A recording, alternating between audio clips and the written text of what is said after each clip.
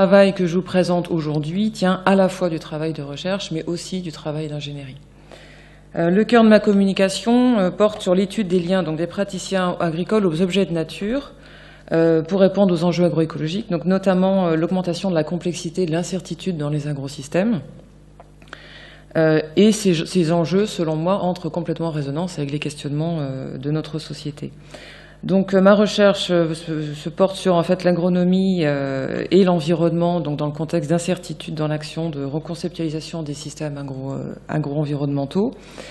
Je m'appuie sur les réflexions en ethnosciences, dont Audricourt était l'un des fondateurs, pour ceux qui connaissent, puisqu'il a travaillé sur les techniques.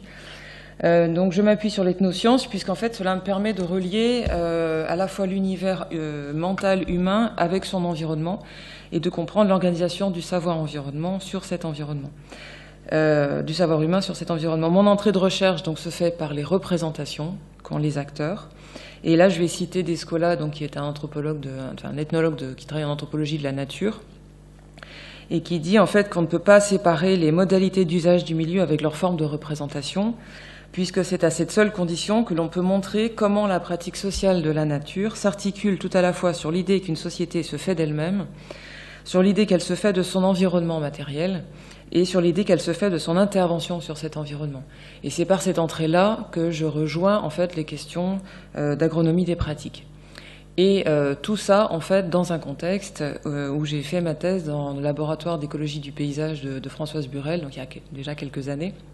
Donc voilà, ça vous donne un petit peu la teinte de cette présentation. Alors au niveau du contexte, là sur cette partie de contexte, je m'appuie beaucoup sur l'article de Nathalie Girard de 2014, qui explique justement tout cet historique et les savoirs qui sont liés à cet historique. Et puisqu'en fait, qui nous intéresse ici, c'est le type de savoirs qui sont mobilisés, puisque dans l'agronomie d'après-guerre, en fait, l'agronomie s'est développée comme une science problem-oriented pour atteindre des objectifs d'augmentation de productivité. Donc les agrosystèmes sont considérés comme stables grâce à la rationalisation, ce qui signifie une suppression des perturbations, autant que possible, une réduction de la diversité de l'environnement, si bien qu'on aboutit à un agrosystème d'où le risque cherche à être éliminé.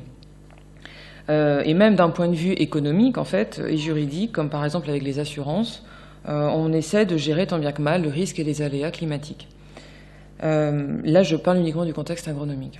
Dans ce contexte, donc, on aboutit par exemple à un zonage des espaces relativement clair, avec aussi des guillemets, entre par exemple le sauvage et le domestique, où le domestique est préservé de l'impact du sauvage qui est cherché à être jugulé au maximum. Chevassus-Louis, par exemple, considère que les sciences agronomiques se sont spécialisées et orientées vers un réductionnisme transformant les questions complexes en objets monodisciplinaires. Et Bernard Hubert, par exemple, parle de rupture épistémique, puisqu'il y a eu rupture entre les savoirs et les techniques, entre les praticiens de terrain et les scientifiques en laboratoire.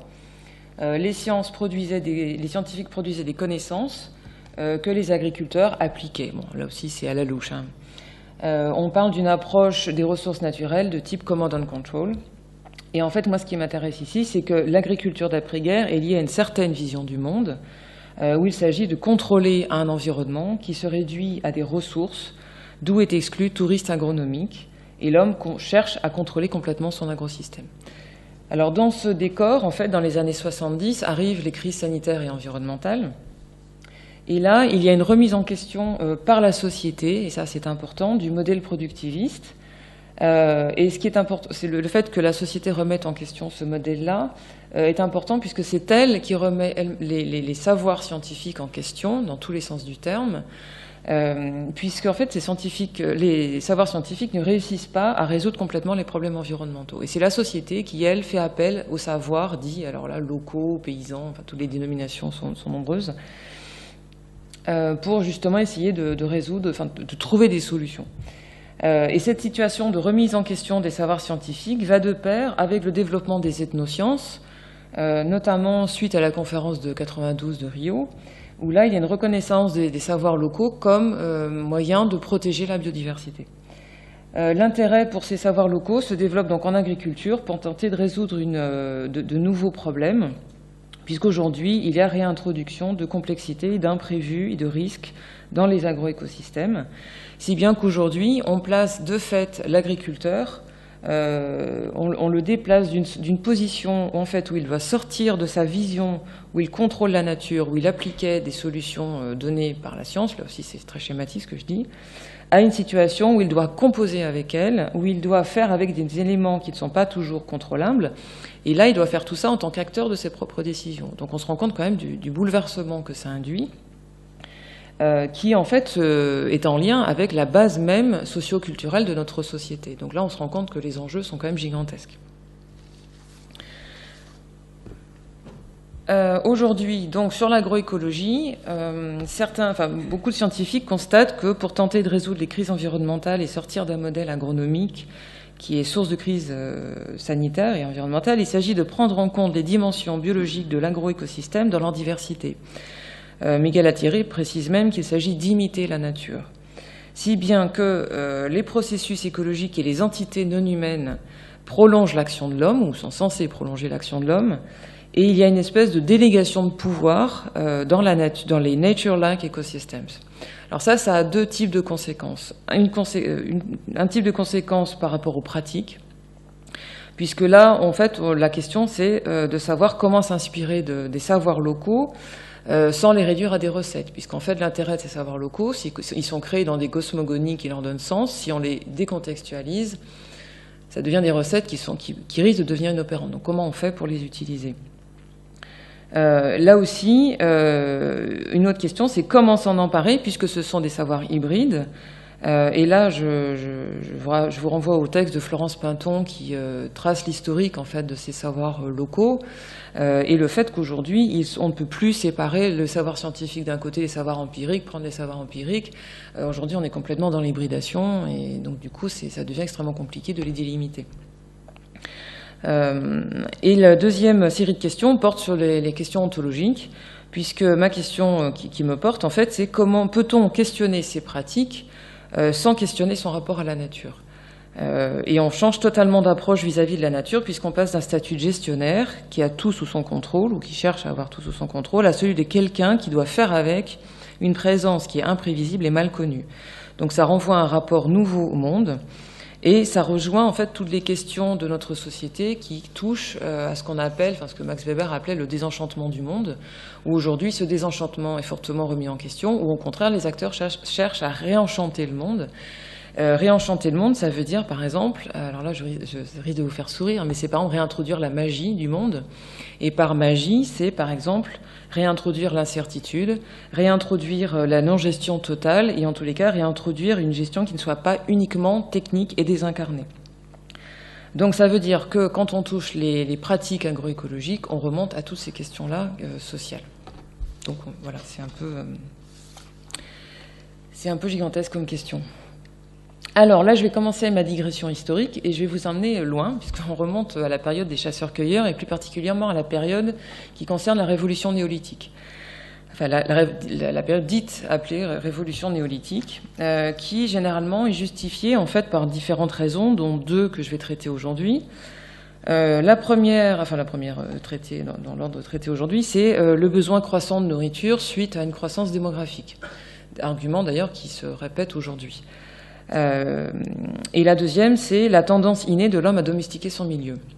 Alors, en ce qui concerne le besoin croissant de nourriture, cette hypothèse est démontée notamment par Marshall Salins, puisqu'il a démontré que les chasseurs-cueilleurs pouvaient passer en tous les cas 3 à 4 heures en moyenne sur l'année par jour à travailler. Donc si jamais ils avaient eu besoin de plus de nourriture, ils auraient pu travailler plus, surtout que Marshall Salins, en fait, montre qu'il y avait vraiment une sous-utilisation des capacités de production.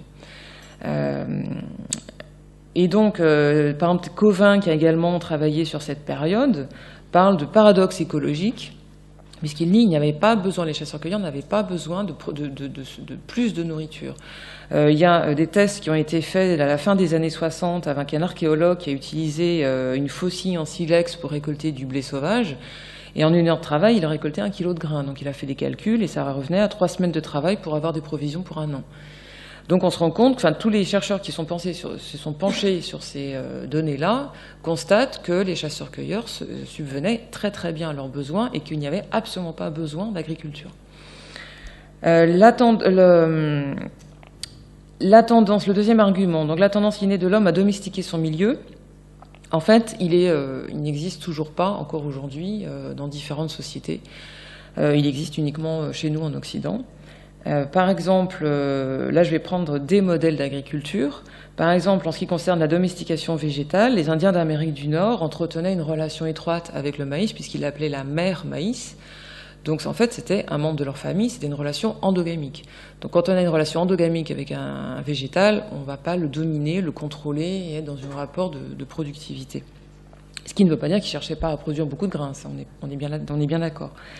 D'ailleurs, il y avait un observateur à la fin du XVIe siècle qui a regardé donc, les cultures des trois sœurs, comme on les appelle, donc le courge, haricot et maïs, et sur une parcelle en Amérique du Nord, à l'est du Mississippi, la production de ces trois sœurs donc, était supérieure à la production de blé à la même époque en Angleterre.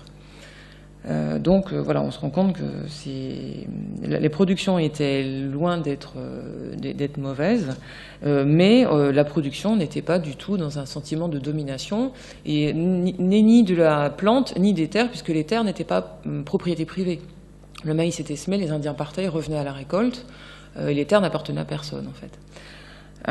En ce qui concerne la domestication animale, là je vais prendre l'exemple en fait, des Nuer, par exemple, en Afrique de l'Est, qui là élevaient des bœufs, enfin ils élevaient des taureaux et des bœufs, mais c'est les bœufs qui étaient très prisés. Et là, ils ne mangeaient absolument pas la viande, ils mangeaient la viande des animaux qui mouraient de leur belle mort, on va dire. Et les bœufs servaient uniquement comme système d'échange et comme source de poésie. Les Nuer faisaient des poèmes pour valoriser les bœufs. Ils les décoraient de pompons, voilà. Donc on n'était pas du tout là non plus dans une productivité. Alors peut-être qu'on cherchait à avoir des plus beaux pompons, mais on n'est pas dans une domination de la production de l'animal comme production. Donc en fait tout ça pour vous montrer que il y a des systèmes agricoles, le nôtre n'est qu'un parmi d'autres, et que la révolution néolithique a pris donc déjà plusieurs milliers d'années et qui a donné vie en fait à des modèles agricoles dont le nôtre est un des aboutissements en fait, et qui est un choix complètement culturel.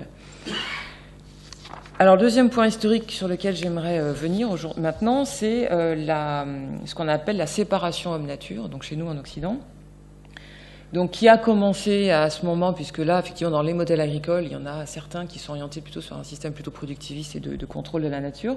Cette séparation de la nature, là, faute de temps, en fait, j'ai tendance à mélanger un petit peu séparation et domination de la nature. Donc, ça mériterait beaucoup plus de temps, mais bon, voilà, je suis obligée d'aller un peu vite. Mais en fait, la séparation de la nature a vraiment pris du sens en Grèce, avec le développement de la phosis, qui a donné la physique, où là, en fait, le développement de l'écriture permet d'avoir un regard réflexif et donc distancié sur la nature qui devient un objet d'observation rationnelle. Ce mouvement se poursuit, alors là on passe carrément au XIIIe siècle en Europe, avec Thomas d'Aquin qui représente un mouvement majoritaire où là la nature est au service de l'homme et donc celui-ci a le devoir d'en prendre soin. Et donc par exemple pour revenir au texte de la Genèse, il y a eu plusieurs traductions en fait qui sont acceptées.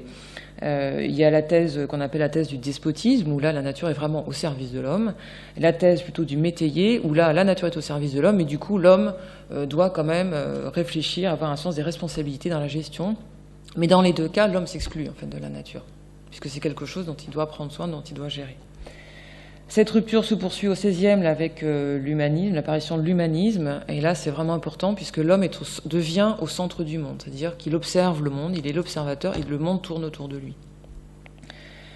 Le mouvement se poursuit en fait à la Renaissance, la période des Lumières, le cartésianisme, etc. Donc on voit par exemple que Descartes, c'est un maillon d'une chaîne qui remonte de plus de 2000 ans avant lui, quoi. Donc, et donc ça se poursuit en fait, sur des modèles en fait, qui se veulent en réaction avec l'Église, qui maintenait en fait, le pouvoir sur la société grâce à l'obscurantisme. Et donc il y a eu une partie de la société qui a pris le pendant en fait, de ce mouvement d'obscurantisme et l'opposé en fait. L'opposé des superstitions, des croyances, du manque de connaissances, c'était l'accumulation de connaissances qui justement s'éloignent de l'aspect de croyances et de superstitions et donc qui sont rationnelles, objectives, neutres. D'où l'apparition vraiment d'une pensée scientifique. Voilà. Et donc la nature se réduit à une mécanique dont on peut expliquer les lois. Et l'aboutissement, on va dire, suprême de ce modèle-là, c'est l'ingénieur, qui est le produit en fait d'une éducation savante et laïque sur le monde. Et pour lui, un problème technique, c'est une solution technique. Alors, dans les crises, au moment des crises sanitaires environnementales dont je vous ai parlé tout à l'heure, donc il y a développement de la connaissance des ethnosciences. Et là, à cette période-là, on réalise que la vision naturaliste, donc que je vais expliciter maintenant, n'est pas la seule façon de voir le monde.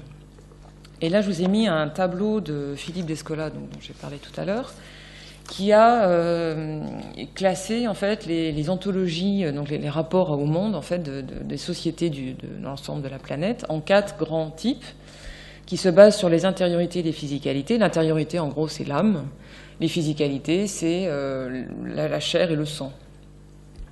Et là, c'est vraiment classé les liens ou les liens ou justement l'absence de lien entre humains et non humains. Donc pour certaines sociétés, donc nous sommes en fait en haut à droite, les naturalistes. Il y a une ressemblance des physicalités, une différence des intériorités. Qu'est-ce que ça veut dire? Ça veut dire une ressemblance des physicalités. On est par exemple le même, on est basé sur l'ADN comme les animaux. Certains auteurs, un peu par esprit de provocation, disent on est composé des mêmes gaz que les lampadaires ou qu'on a du phosphore comme les allumettes. Donc voilà, d'un point de vue physique, on est des éléments biochimiques, les mêmes composants que les animaux ou que certains objets. Par contre, ce qui fait la spécificité de l'humain, c'est qu'il a une âme, c'est qu'il a un esprit, c'est qu'il a une capacité de raisonnement, de subjectivité, que n'ont pas les non-humains. Donc ça, il n'y a pas de ressemblance entre les humains et les non-humains. À l'opposé, les animistes, par exemple, considèrent que, d'un point de vue physique, un homme est un homme, un jaguar est un jaguar. Par contre, il y a capacité de discuter, de parler avec eux par les âmes. Donc ces peuples-là peuvent parler avec l'âme des jaguars, des plantes, des arbres, etc. Au niveau du totémisme, là, on est dans une ressemblance à tous les niveaux. Donc, par exemple, les membres du clan du kangourou ont une espèce de matrice commune à leur origine avec celle du kangourou. Après, il y a eu une différenciation physique, mais c'est la même origine physique. Et bien sûr, il y a une correspondance des âmes, donc ce qui crée des tabous pour ne pas manger du kangourou, ce qui crée des liens avec le kangourou, etc. etc. Et l'analogie, là, c'est que chaque entité est complètement individuelle, donc il n'y a aucun lien entre les entités, ce qui induit du coup des classifications par niveau de finitude, on va dire, des entités. Et là, on rejoint la pensée au Moyen-Âge, en Occident, par exemple. Et en fait, je vous raconte tout ça pour vous montrer que cette classification, elle a été publiée donc en 2005, ce qui est à l'échelle humaine très récent. Et en fait, la remise en question du naturalisme, du cartésianisme comme les seules options valables, et aussi comme quoi il n'y a pas de hiérarchie entre ces classifications, est relativement récent à l'échelle de l'humanité. Donc là, j'essaie de vous montrer en fait que toutes ces questions, pour nous paraissent déjà datées il y a d'un petit peu, mais sauf qu'en fait, à l'échelle de l'humanité, c'est très récent. Alors qu'on a derrière nous plus de 2000 ans d'inconscient collectif qui nous entraîne à la séparation avec la nature, une sensation de supériorité par rapport à la nature. Et là, aujourd'hui, on est en train d'inverser le mouvement, de se rendre compte que d'autres sociétés considèrent qu'on peut être à l'égal de la nature, qu'on peut avoir d'autres rapports à la nature. Donc tout ça, c'est très récent, d'où le bouleversement qu'on est en train de connaître aujourd'hui, en fait.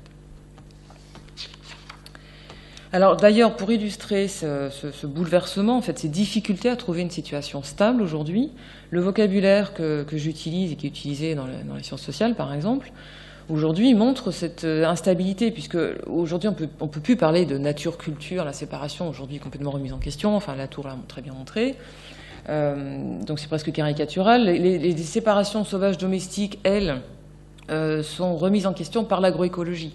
Puisque là, j'ai mis par exemple une photo de larves de coccinelle qui peut être utilisée comme auxiliaire des cultures par certains agriculteurs. Si elles sont utilisées de façon volontaire, cet animal qui normalement est sauvage pourrait rentrer dans la catégorie du domestique. Donc là aussi, les frontières nature-domestique sont remises en question par l'agroécologie. Donc je vais plutôt parler d'humain et de non-humain, comme je le fais depuis le début, ou d'objets de nature, par exemple.